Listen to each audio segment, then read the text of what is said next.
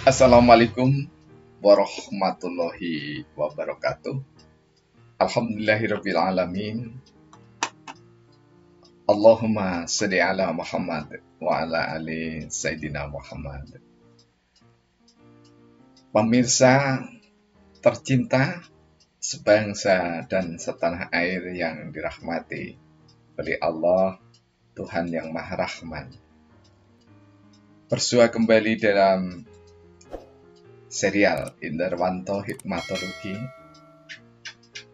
tentu dengan harapan yang sama dari sejak pertemuan kita pertama, yakni adalah kita berdialog dengan kolbu, dengan hati nurani kita masing-masing, dengan harapan kian hari semakin lembut dan kian hari semakin cerdas dan dewasa. Nah, pemirsa yang dirahmati oleh Allah Subhanahu wa taala, tidak ada yang terlambat. Kita masih ada di dalam suasana Sumpah Pemuda, sekaligus adalah suasana agung mulia kelahiran junjungan kita Nabi Muhammad Sallallahu Alaihi Wasallam. Kali ini, mari kita mencoba untuk melihat sumpah. Sumpah sendiri diajarkan oleh Allah, diajarkan oleh Rasulullah, diteruskan diajarkan oleh para ulama. Di mana sumpah itu adalah salah satu bentuk pernyataan sikap yang akan menuntun perilaku seseorang di jalan kemuliaan tentu saja. Mulia dalam pandangan agama dan mulia dalam peradaban anak bangsa.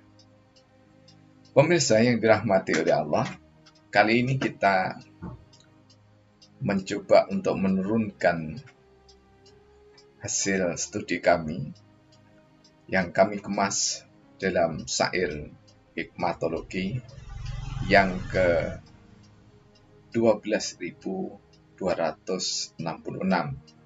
Kami tulis pada tanggal 29 Oktober 2020. Sumpah.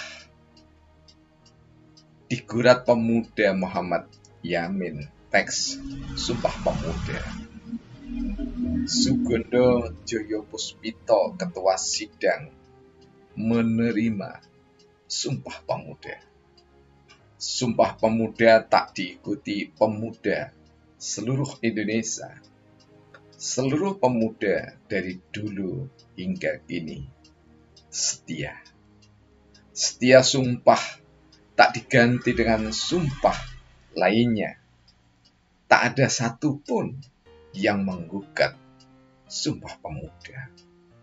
Tidak seperti Pancasila, penggugatnya ada sepanjang masa. Nah, pemirsa yang dirahmati oleh Allah, saudara sebangsa dan setanah air, mengapa ada perbedaan mendasar di dalam Sumpah Pemuda dan ideologi Pancasila? Mari kita lihat satu persatu. Tetapi sebelumnya mari kita mencoba untuk melihat gejala yang dipentaskan oleh kaum muda, oleh para ulama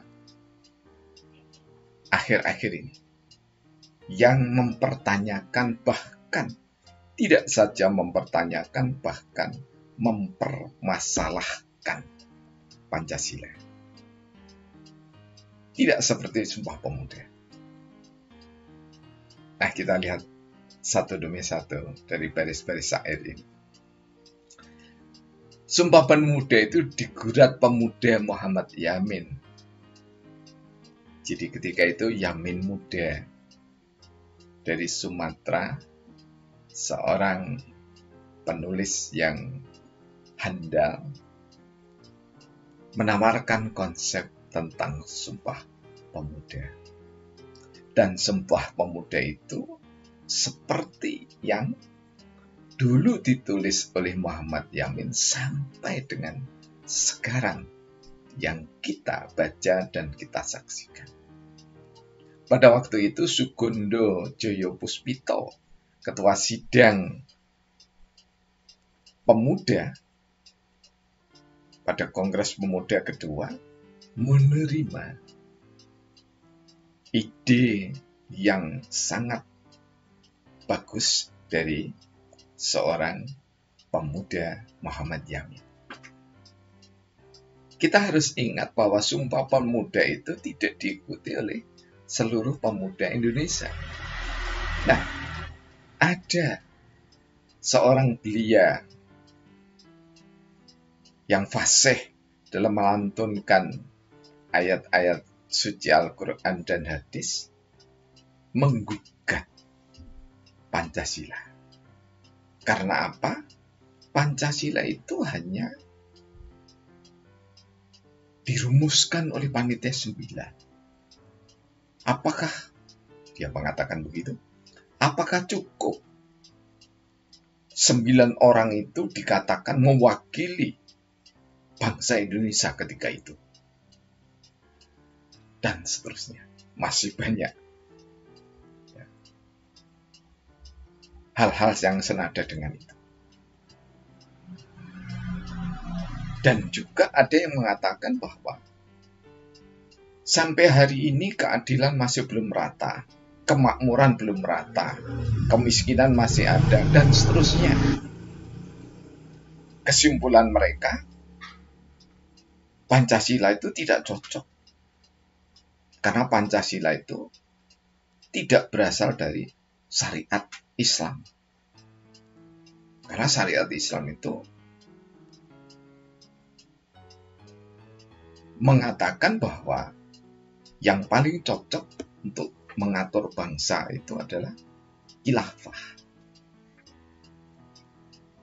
Jadi Pancasila tidak cocok. Bahkan ada yang mengatakan itu adalah tauhid. Nah, saudara sebangsa dan setanah air, Sumpah Pemuda sendiri itu tidak diwakili oleh seluruh pemuda Indonesia. Namun, seluruh pemuda dari dulu hingga sekarang itu tetap setia. Mengapa? Karena pemuda Indonesia dari dulu sampai sekarang itu menganggap bahwa tanah airnya itu ya satu, tanah air Indonesia. Bangsanya ya satu. Bahasa yang dijunjung adalah bahasa Indonesia. Tidak dipermasalahkan. Namun kenapa Pancasila yang jelas dalam agama apapun itu tidak bertentangan, ketuhanan yang Maha Esa, bahkan di seluruh dunia ini, pasti walaupun di negara paling komunis, paling sosialis, paling ateis sekalipun, paling sekularis sekalipun, pasti ada orang yang bertuhan. Nah, sebenarnya Pancasila itu sendiri adalah bagian dari sumpah yang tidak disebut sumpah, tetapi bagian dari kesepakatan anak bangsa. Sebagian orang mempertanyakan, kita kan tidak ikut sepakat. Nah, cobalah kembali kepada semangat Sumpah Pemuda. Saya seusia ini juga tidak ikut sepakat dengan Muhammad Yamin pada saat itu, ya karena kita hidupnya di alam sekarang. Nah, cobalah saudara-saudara yang muda itu ya, mendulang kembali semangat pemuda untuk kemudian dikait-kelindangkan dengan semangat dasar negara, ideologi bangsa, falsafah bangsa, yaitu Pancasila. Jadi pemuda itu setia, sumpah, dan tidak diganti dengan sumpah yang lainnya. Apa tidak malu kita pada Sumpah Pemuda jika kita mempermasalahkan Pancasila? Sumpah Pemuda itu bukan dasar negara. Sumpah Pemuda itu bukan falsafah bangsa. Sumpah Pemuda itu bukan ideologi bangsa. Namun dari semangat Sumpah Pemuda itu, jika ditarik garis kesejarahan kebangsaan kita, maka Sumpah Pemuda itu menyemangati bangsa Nusantara, kerajaan-kerajaan Nusantara, sehingga menjadikan Indonesia sebelum merdeka melalui sidang BPUPK, kemudian dirumuskan oleh Panitia 9, maka semangat Sumpah Pemuda itu ada di dalam Pancasila. Di mana letaknya? Di tanah air yang satu. Di mana letaknya? Di bumi Indonesia. Di mana letaknya?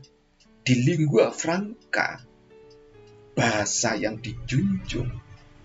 Maknanya apa? Seluruh suku bangsa itu di Indonesia memiliki bahasa, namun ada kerelaan untuk menjunjung bahasa persatuan, yaitu bahasa Indonesia.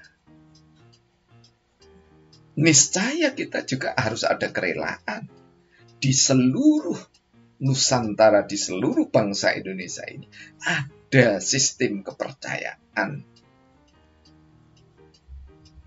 yang dianut oleh suku bangsa yang ada di Indonesia. Ada agama-agama yang dianut oleh anak bangsa Indonesia. Namun semua lebur ketika kita berbicara tentang dasar negara, berbicara tentang falsafah bangsa, berbicara tentang ideologi bangsa, maka tidak ditinggalkan agama, namun roh, semangat dikerujutkan. Semangat berbangsa melalui ketuhanan yang Maha Esa, maka seluruh agama dan kepercayaan memiliki satu kesamaan, bahwa kita bertuhan. Hingga sila-sila yang lainnya sampai dengan sila kelima, itu harus dijiwai oleh sila yang pertama.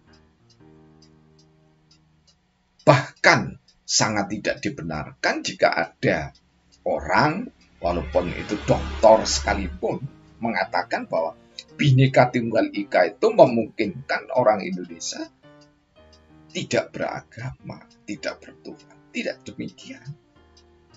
Karena akan menyalahi sila-sila dari Pancasila. Sedangkan Bhinneka Tunggal Ika itu adalah semboyan dari bangsa Indonesia, di mana ketuhanan yang Maha Esa itu harus terejawantah melalui agama dan kepercayaan yang berbhinneka namun tunggal ika, dalam pengertian bahwa kita adalah tunggal dalam berbangsa dan bernegara. Karena tunggal maka tanggung jawab, tugas, misi dan visi kebangsaan kita sama seperti di dalam alinea keempat pembukaan Undang-Undang Dasar 45. Inilah harusnya semangat Sumpah Pemuda harus terus dibawa untuk menjaga, mengawal, melindungi, sekaligus mengejawantahkan Pancasila. Dengan cara itu maka Mestinya ya kita seperti pemuda zaman Muhammad Yamin dan pemuda zaman milenial sekarang, di mana tak ada satupun yang menggugat Sumpah Pemuda. Tidak ada. Tidak ada pidato anak milenial yang mengatakan bahwa saya dulu tidak ikut Sumpah Pemuda. Siapa itu Muhammad Yamin? Tidak ada yang demikian. Bersyukur kita. Nah, kenapa? Tidak seperti Pancasila, penggugatnya ada sepanjang masa. Kenapa saya katakan begitu? Sebelum kemerdekaan, ada yang merusak nilai-nilai Pancasila. Karena apa? Pancasila itu ada sebelum Indonesia itu merdeka. Jadi nilai-nilai luhurnya itu sudah ada. Karena apa? Dimanapun kita berada, nilai ketuhanan dan kepercayaan itu ada, meliputi, melingkupi, menjiwai seluruh bangsa Indonesia. Rasa bersatu meskipun dulunya negeri Nusantara itu tercapik-capik oleh pertempuran antara kerajaan satu dengan yang lainnya, tapi di sana setelah ada kesadaran dalam Sumpah Pemuda, ada semangat yang sama, yakni ingin terbebas, membebaskan diri dari gungkungan penjajahan Belanda. Hanya perlu diingat, Indonesia tidak pernah dijajah Belanda. Indonesia tidak pernah dijajah Jepang. Jangan sampai kita terus-terusan salah mengatakan 350 tahun dijajah Belanda. Tidak pernah.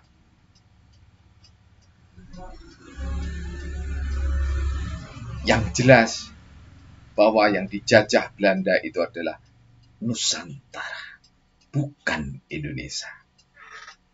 Indonesia hanya dijajah pada saat Clash pertama dan kedua, tahun 47 dan tahun 49. Dan itu bukan oleh Belanda, bukan oleh Jepang, tetapi oleh sekutu, tepatnya tentara sekutu. Meluruskan sejarah adalah niscaya. Walaupun kita sayangkan sampai hari ini pelurusan sejarah belum pernah usai, tapi kita tidak perlu menghancurkan museum untuk meluruskan sejarah. Tidak perlu menghancurkan infrastruktur untuk meluruskan sejarah. Dengan cara yang egaliter, kita sampaikan secara bijak. Wahai para pemimpin, luruskanlah sejarah bangsa ini, agar anak didik kita, anak generasi muda kita tidak merasa bahwa nenek moyangnya dulu adalah orang-orang yang bodoh sehingga dijajah Belanda 350 tahun. Tidak demikian. Karena yang dijajah sekali lagi 350 tahun itu adalah kerajaan Nusantara. Dan itu pun tidak semuanya. Semangat Sumpah Pemuda dalam rangka untuk membela nilai-nilai Pancasila adalah keniscayaan bagi seluruh anak bangsa. Sampai kapanpun. Jangan pernah mengatakan bahwa semangat Sumpah Pemuda hanya untuk pemuda. Tidak demikian. Tapi semangat Sumpah Pemuda adalah untuk bangsa dan negara Kesatuan Republik Indonesia yang berdasar Pancasila dan Undang-Undang Dasar Negara Kesatuan Negara Indonesia, Negara Republik Indonesia tahun 1945.